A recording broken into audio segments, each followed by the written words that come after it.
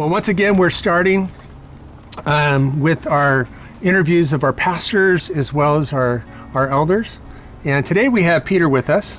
Glad to have you here, Peter. Thanks for having me. All right. Yes. So, Peter, I want to start off by, why don't you tell us a little bit about what you do as well as a little bit about your family? Yeah. Well, again, this is great to be able to be here with you guys. I don't know about you guys, just missing just these kinds of interactions, just talking and catching up and being able to see people like this. It is one of the reasons why I love ministry, just being able to be in relationship. Absolutely. And so the one thing I don't like is the camera right here, but I guess that's just what we're doing today, right? I thought I was getting away from the camera, but I guess I can't get rid of it.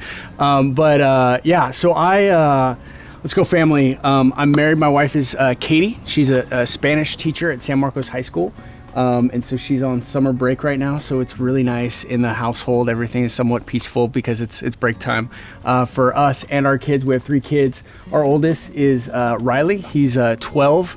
He doesn't look 12. He's like 5'8", 145 pounds, and so everyone thinks that he's like in high school, but no, he's a 12-year-old, and that's why he sometimes acts like a 12-year-old. But we love him, sweet, gentle giant of a kid. We love him so much.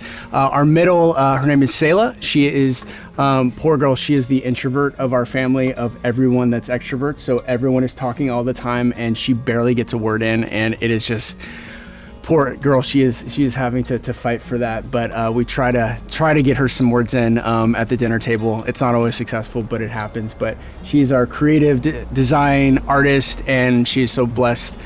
She's blessed us so much with that, and she's really gifted in that. God has really gifted her with that kind of skill set.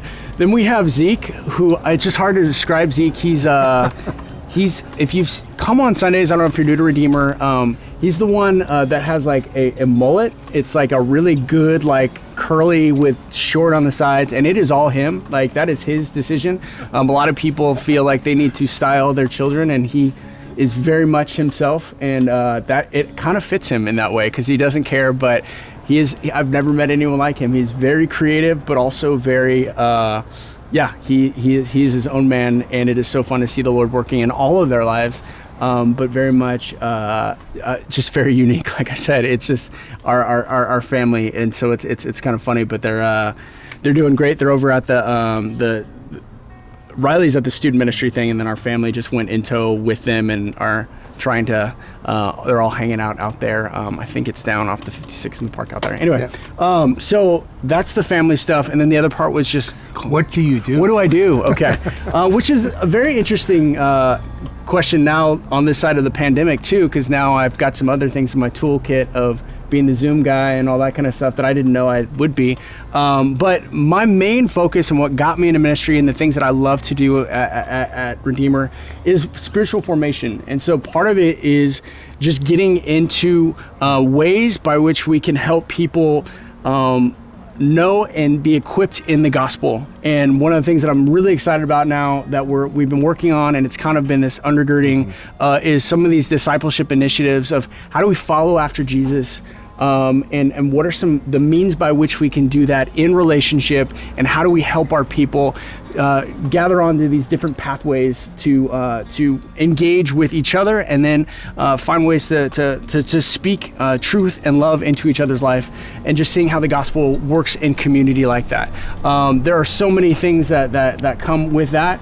But it's just one of the things that I love to do. Discipleship is always going to be the thing that it gets my blood pumping, my heart beating. Like I really love that, and the idea of being able to build a discipleship culture is one of the things that I'm really excited, especially in the future here at Redeemer. Alongside that, I get to the pleasure of working with Dave and Beth McLaughlin, who's our women's director, and I also work with Kyler Wright and Catherine Loftus as we kind of put together a lot of the ministry stuff, and so I get to be the person that gets to see how they do it and work with them and helping them in their ministries as well. So a lot going on there, and then I preach occasionally. That's what's so funny. I feel like sometimes when I preach, a lot of my life stories come out in my stories as well. So you guys probably have heard some of that if you've heard me preach. I saw a funny meme the other day that was talking about pastors' kids, be careful what you talk about because it might be used in a sermon, and that's like totally my life. And I'm like, I have to be careful about what I say because, that's very much going to be our kids because they are walking illustrations, and it's pretty funny. But anyway, so. Oh, good. Well, Yeah. thank you for sharing that. Yeah.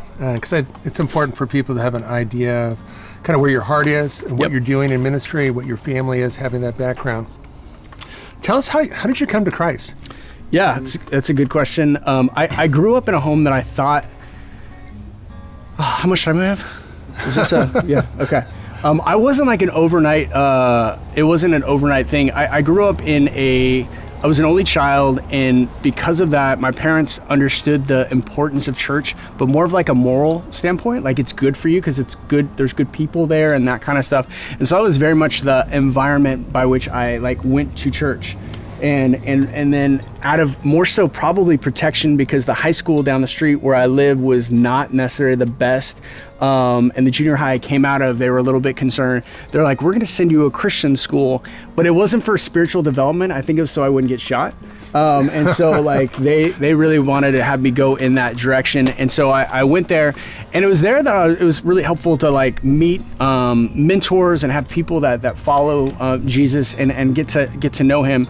And so I'd say there was very much, I came to Christ, but it was interesting. It took a while to develop this idea of it wasn't your morality that saved you. And even though I maybe knew that, I don't know if my heart knew that, because there was still this kind of, I guess, understanding that I thought I had with God, that if I acted a certain way and if I lived a certain way, then that's how this relationship worked. And it was more out of his approval for me. If I was good, if things were going well, that's how he loved me, and that was how it was. And then if things didn't work out well, what did I do wrong? I thought we had this agreement, and things like that. And we wrestled a lot about that. And there was a book that came out while I was a youth pastor that wrecked me and made me question even if I was a Christian. This was about maybe 10 years ago, called The Prodigal God by Tim Keller. I don't know if you guys read this, but it really helped shape this idea that I never felt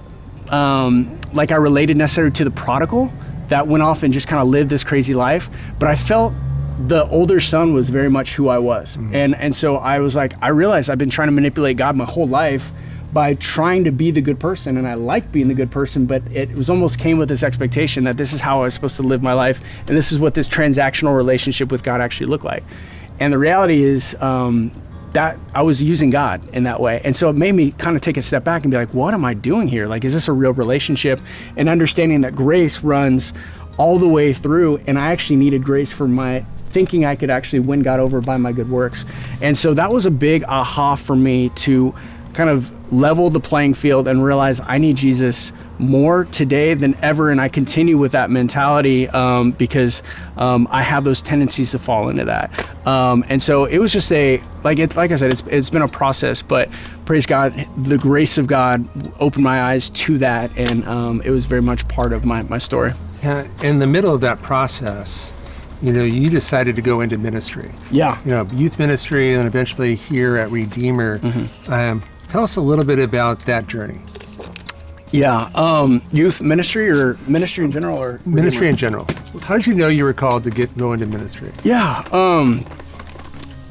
I think for me, the Lord had always drawn me into it, and I was somewhat reluctant most of my life, especially the beginning part. Because I didn't really feel called at the beginning, and I just felt like the Lord just kept kind of drawing me in, and I almost had to be hit over the head a couple times, in which I started taking positions, and I was like, okay, Lord, if you're leading me in this season, that's where I'll go.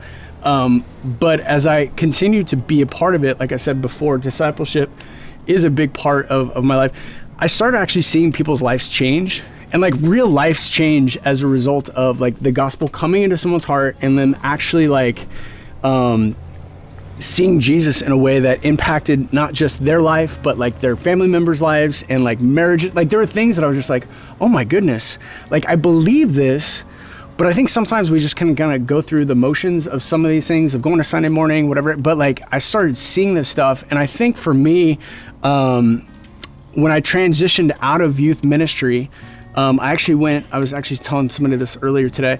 I transitioned out of youth ministry and went into I took a leadership development company job because I always want to know what was on the other side, right? Because you're always like, what would it be like on that?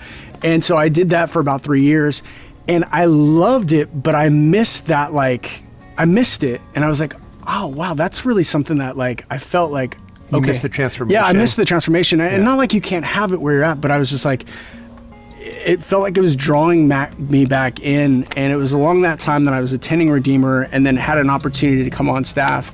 And it just, all the pieces of the puzzles kind of came back into play.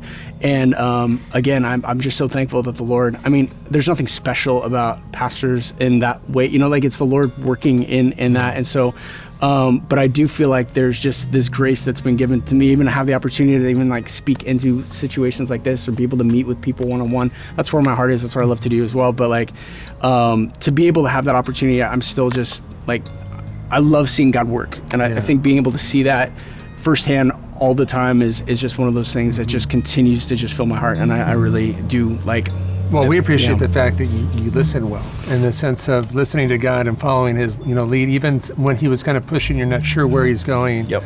Now it's a good model for us. And as a result, I think we get blessed, by you being part of our lives with that. Mm-hmm. Here's my last question is the last 16 months plus have been really hard. Yep.